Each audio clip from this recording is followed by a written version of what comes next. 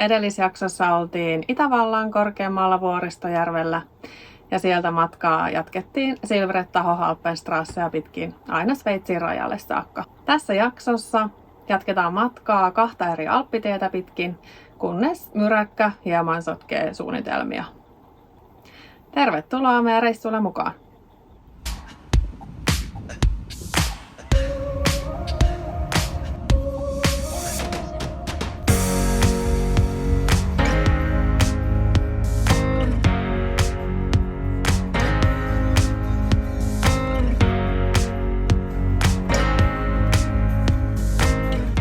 Ensimmäinen Sveitsin kohteemme oli Oberalppass, joka on jälleen hieno alppitie saavuttaa reilun 2000 metrin korkeuden.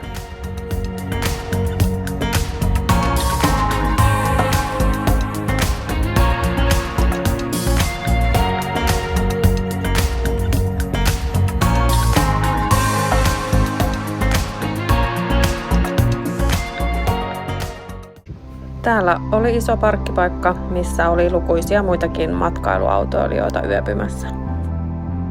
Oberalpin ohittaa myös Glacier Express 8 tunnin junamatkallaan. Pikkasen joutuu menee tälleen.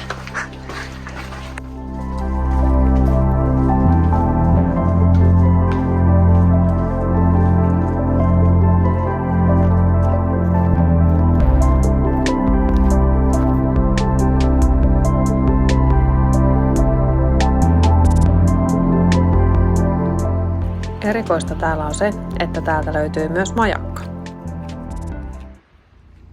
Seuraavana päivänä oli vaihtoehtona ottaa joko köysihissi tai patikoida ylös järvelle. Siirsimme auton tunnelin toiseen päähän, josta lähtee patikkareitti ylös.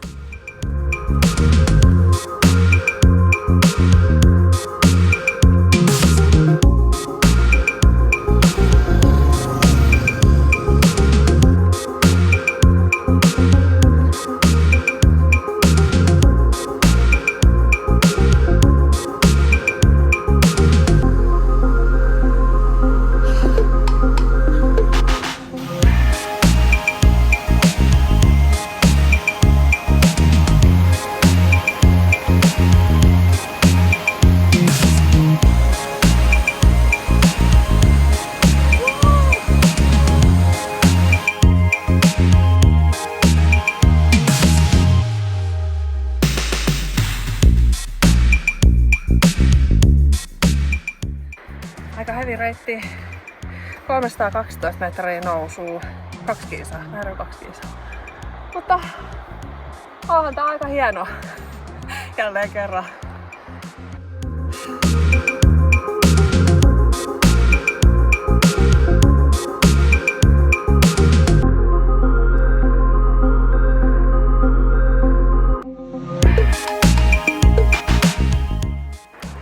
Eihän tää edes kylmää.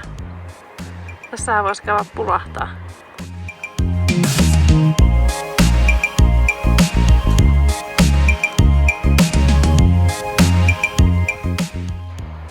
Tuolla näkyy toi hissi. Eli hissilläkin pääsee. Se oli 35 € menopaluu. Tämähän oli ilmasta huvia.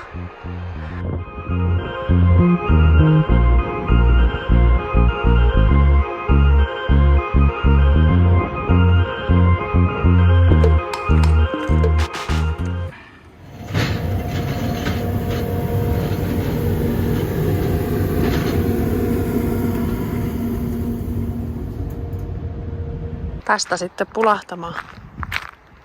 Aika usein menee nämä junat tästä ohi, mutta ne hiljentää aika lailla tohon, kun tulee. On siellä muutama tyyppi.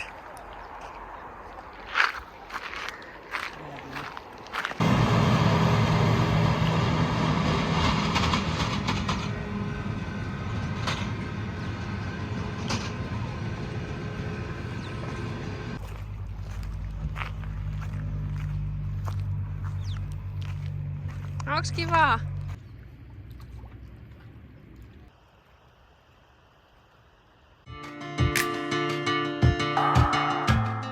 Uimisten jälkeen matka jatkui täältä kohti seuraavaa alppitietä, Sustenpassia. Täällä on vähän järeämpää keppiä.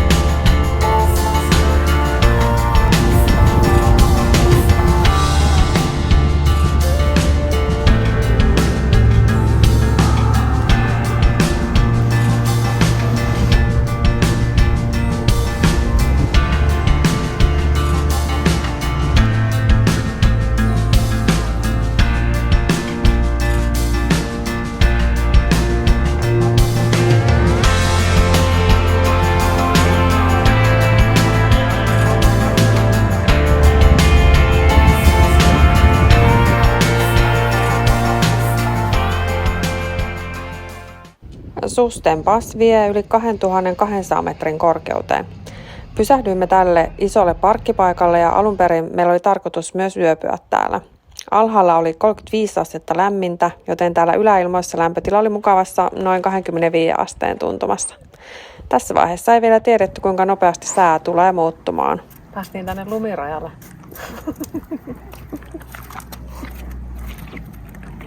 Illalla alkoi tuulla ja taivas oli tämän näköinen. Tehtiin nopea päätös palata takaisin ja ehdimmekin juuri alas matkaparkkiin ennen kuin myräkkä alkoi.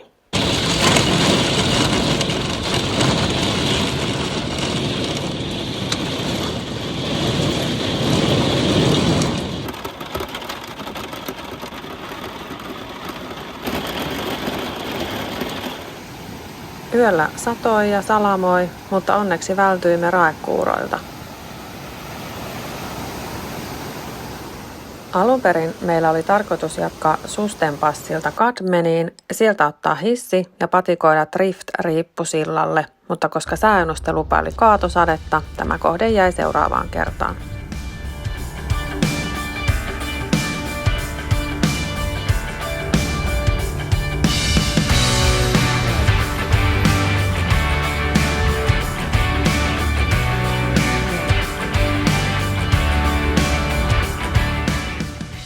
Tässä vaiheessa ajatuksena oli käydä Pilatuksella, mutta koska parkkipaikka ja hissiliput kahdelta olisivat kustantaneet yhteensä noin 200 €, päätimme jättää tämän välistä.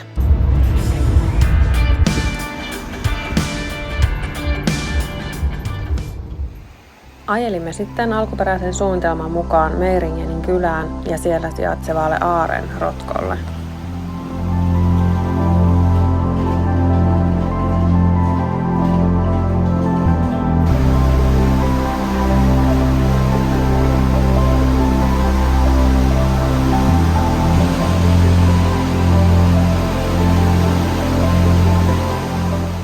Rotko on hieno ja mukava kohde päiväkävelylle säällä kuin säällä.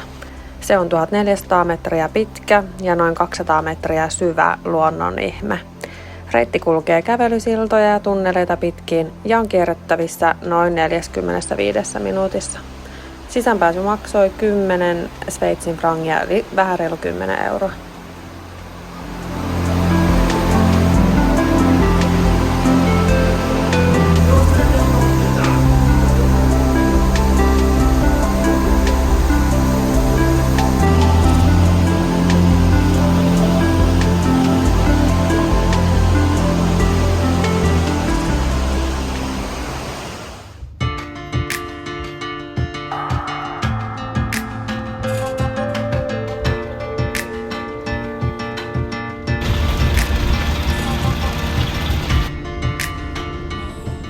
Matka jatkui monen mutkan kautta aina Appenzelliin ja Ebenalpille saakka. Saavuimme perille myöhään illalla.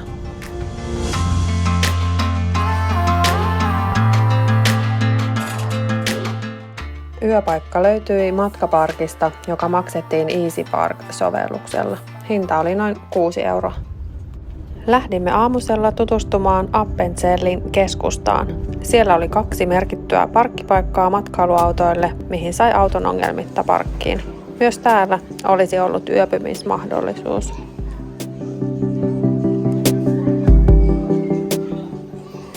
Kävelykatu oli todella ihastuttava.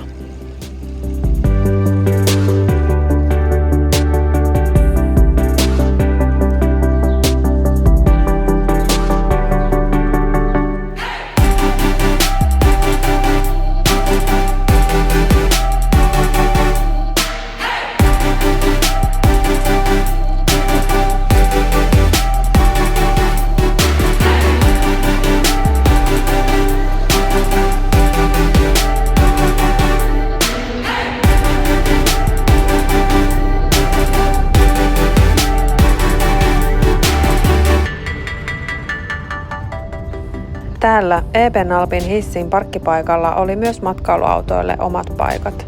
Maksu hoitui jälleen Easy Park-sovelluksella.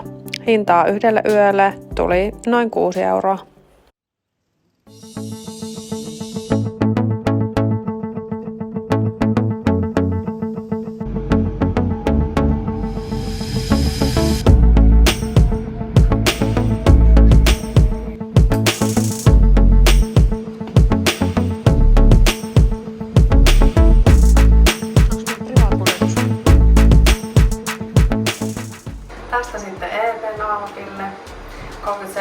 € maksaa menopaluulippu. 8 minuuttia kestää matka.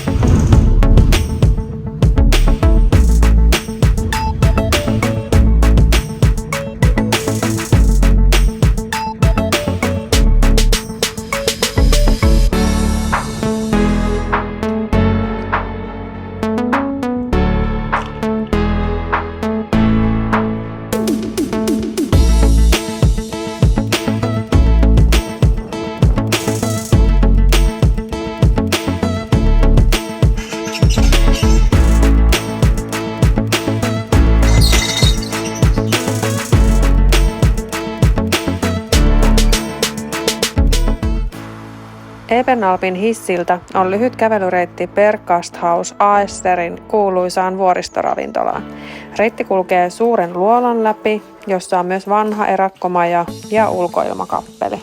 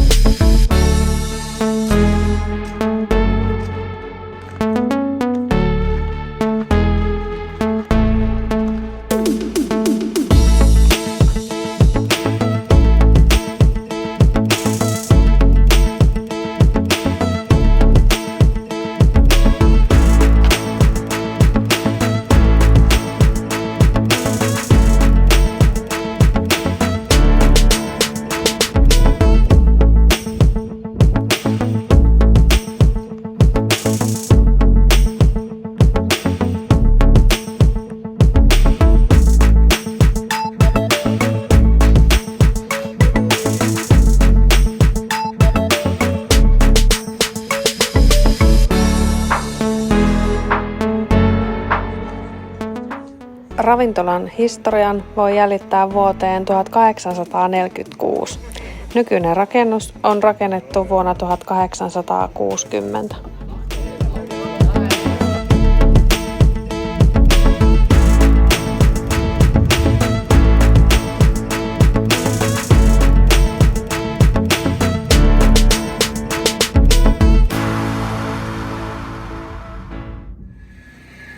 Tässä ollaan aamusta pyörillä matkalla Sealpsee-järvelle. Reitti on autotietä, mutta ei varsinaisesti pyöräreitti. Suurin osa paluumatkaan vastaan tulijoista olikin patikoiden liikenteessä.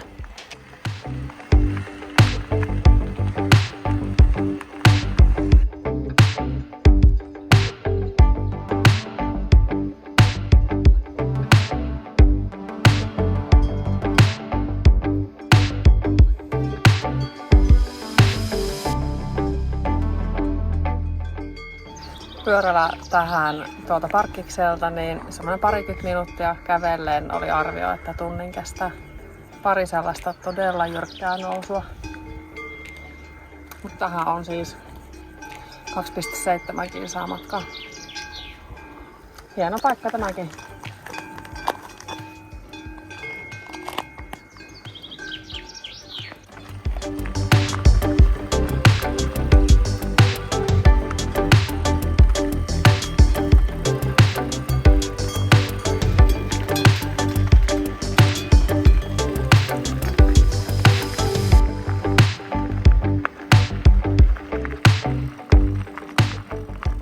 Myös tuolla takana näkyvälle vuorelle pääsee hissillä.